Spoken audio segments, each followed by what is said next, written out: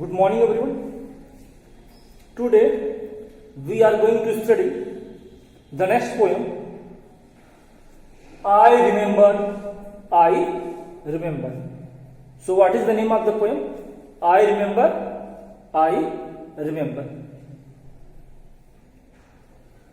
So what is the theme of this poem? In this poem, the poet remembers his happiness that he experienced in his childhood. Means the poet remembers his happiness, joy, feelings that he experienced in his childhood. मतलब इस poem में poet उन खुशियों को, उन memories को याद करता है जिसको उसने अपने चाइल्डहुड में अनुभव किया था. इसका मतलब इस पोएम में पोएट अपने बचपन के दिनों को याद करता है, और जब बचपन के दिनों को याद करता है तो कहता है कि मेरे बचपन के दिन कितने अच्छे थे. Childhood memories always remain with us. और जो बचपन की यादें हैं वो हमेशा हमारे साथ रहती है. In this poem the poet compares his present day with his childhood days. In this poem, the poet compares his present days with his childhood days. तो इस पोएम में पोएट अपने जो प्रेजेंट डेज हैं उसकी तुलना अपने बचपन के दिनों से करता है.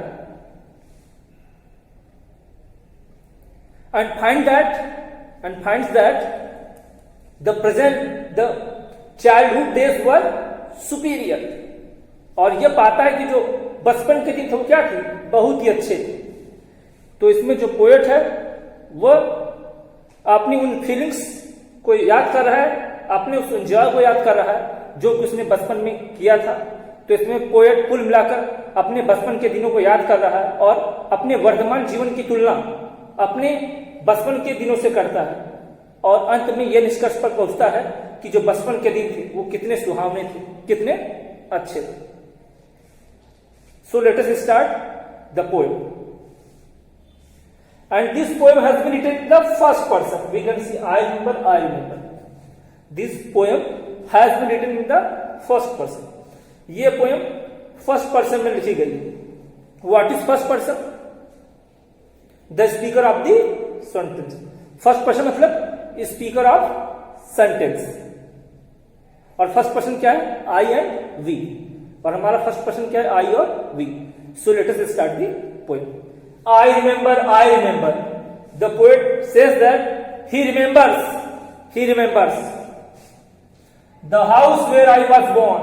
Now, poet, he remembers the house where he was born.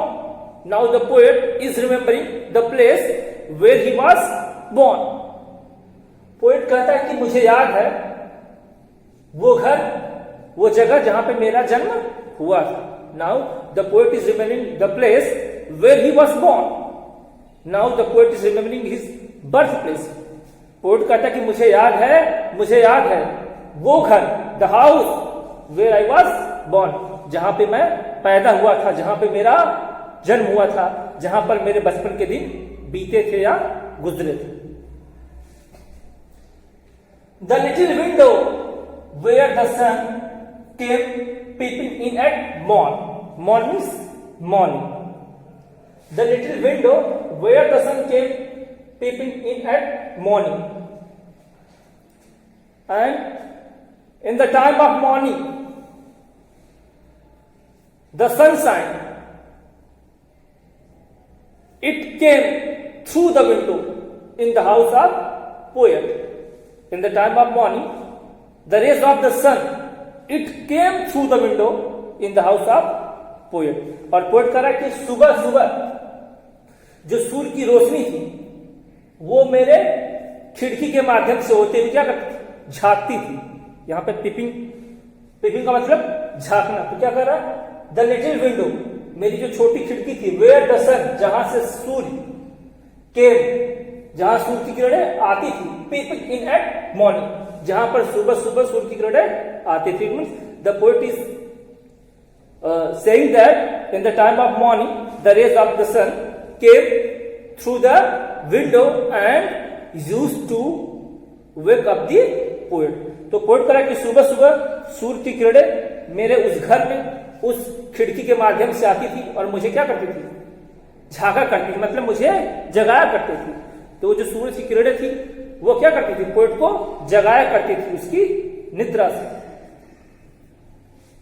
He never came a week too soon, nor brought too long a day.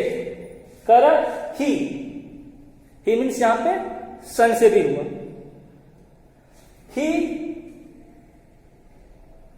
never came a week too soon, तो यहां पे इसके दो अर्थ हो सकते हैं। पहला कह रहा है the sun, it came neither soon nor late, it came on its particular time। कह रहा है कि जो सूर्य था वो न तो जल्दी आता था और न ही लेट। कह रहा है the sun neither came too soon nor too late.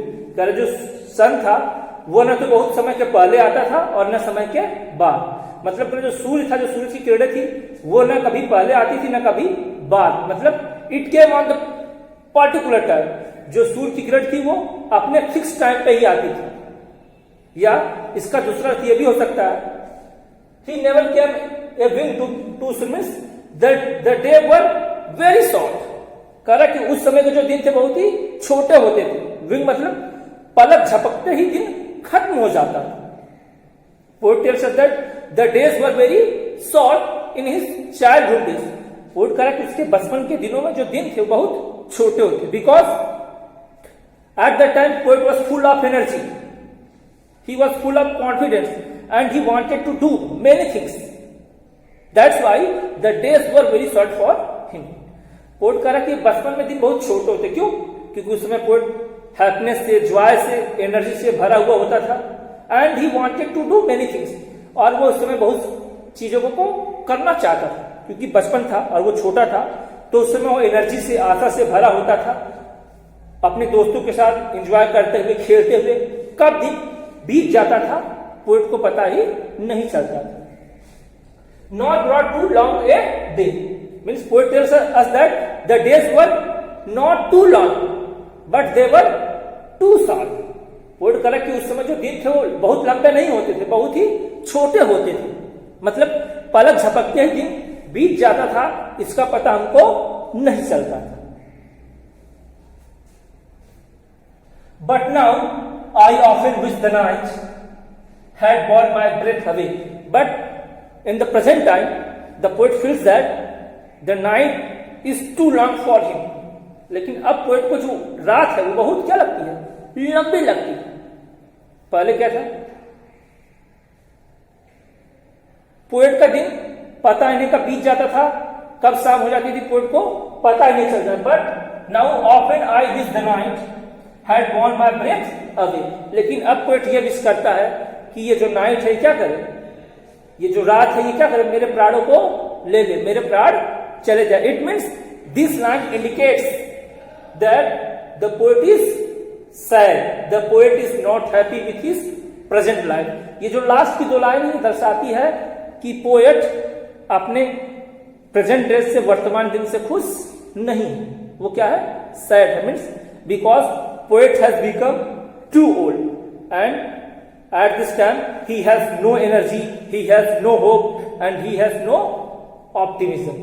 इस समय पोएट बूढ़ा हो चुका है, इसलिए उसके अंदर कोई एनर्जी नहीं है। इसीलिए ये जो रात है, ये रात उसके लिए काल के समान है, ये रात उसके लिए बीतती नहीं। और कहते कि काश इसी रात में मेरी क्या हो जाए, डेथ हो जाए। तो ये जो लाइन है ये दर्शाती कि पोएट क्या है, अपने प्रेजेंट डे से दुखी। So let us start the second stanza। अब सेकंड स्टैंजा शुरू करते। I remember। पोएट कहता है कि मुझे याद है, मुझे याद है। The roses red and white, the violets and the lily caps, those flowers made of light।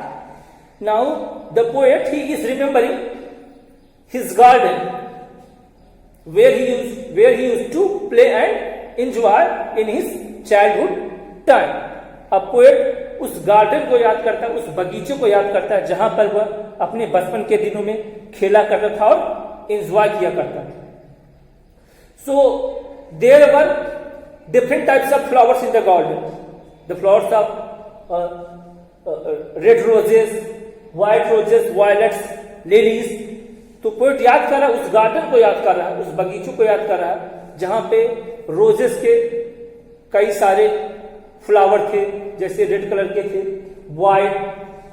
Violets, और जहां पे जो लिली, जो कुमदनी के फूल थे वहां भी थे. सो इसमें जो पोएट है वो अपने गार्डन को याद करता है, and he portraits the beauty of his garden. और इस लाइन में पोएट अपनी उस गार्डन की, बगीचे की सुंदरता का वर्णन करता है कि वहां पे कितने रंग बिरंगे फूल थे. Those flowers made of light, and poet tells us that those flowers made of light means there were lights in those flowers. और कह रहा कि उन फूलों में एक अजब सी चमक थी, एक अजब सी लाइट थी, एक अजब सी फ्रेशनेस थी. मतलब उन फूलों को देखकर लगता था कि ये लाइट से बने हुए. इसका मतलब उन फूलों को देखकर लगता था कि ये कितने फ्रेश है, कितने ताजे हैं. और इसको किसने बनाया है? भगवान ने बनाया है. इन फ्लावर पर भगवान की क्या असीम कृपा है. मतलब वो जो फ्लावर्स थे वो किसका सिंबल है? वो भी एक एनर्जी का सिंबल है, एक होप का सिंबल है, एक न्यूनेस का सिंबल है. The lilacs where the robin build. और कह रहा है कि जो पेड़ था लिलेक्स का, वहां पे जो रोबिन थे, एक प्रकार के पक्षी होती, वहां पे अपना घोंसला बनाकर रहते थे, या वहां पे उस पेड़ पे जो पक्षी थी वो अपना, आप कह सकते हो, निवास या आश्रय बनाकर वहां पे रहा करते थे. And where my brother set the laburnum on his birthday. And now the poet is missing his brother, and his brother had planted laburnum tree on his birthday. और पोएट को याद है वो जगह जहां पे पोएट के भाई ने अपने जन्मदिन पर लेबनन का ट्री लगाया था. Now the poet he remembers his brother and the Lebanon tree which was planted by his brother. और पोएट उस लेबनन ट्री को याद करता है जिस लेबनन ट्री को पोएट के भाई ने अपने बर्थडे पर, अपने जन्मदिन पर लगाया. The tree is living it. The poet is telling us that the tree is still lives. Poet कहता है कि वो ट्री अभी भी है. इसका मतलब क्या हुआ? इसका एक दूसरा क्या हो सकता है? The poet's brother is no more in this world, but the tree planted by him is still present in the present time. तो इसका एक अर्थ यह भी है कि जिस लेबनन के ट्री को पोएट के भाई ने लगाया था वो इस दुनिया में नहीं है, लेकिन उसके द्वारा लगाया गया ये जो लेबनन का ट्री है ये आज भी उपस्थित है, आज भी मौजूद है. और दूसरा क्या हो सकता है? The laburnum tree it is growing faster and faster, but in the poet there is no hope. In poet there is no newness. इसका दूसरा ये भी हो सकता है कि वो जो लेबनन ट्री है वो अभी तक ग्रो कर रहा है, वो अभी तक हरा भरा है, लेकिन जो पोएट है अब वो बड़ा हो चुका है और उसके जीवन में कोई ग्रोथ नहीं है, उसके जीवन में कोई हरियाली नहीं है. और जो पोएट है वो अपने प्रेजेंट डे से क्या है? दुखी या खिन्न है. तो आज यहीं तक. बाकी का जो स्टैंजा है वो हम अगले वीडियो में एक्सप्लेन करेंगे. Thank you.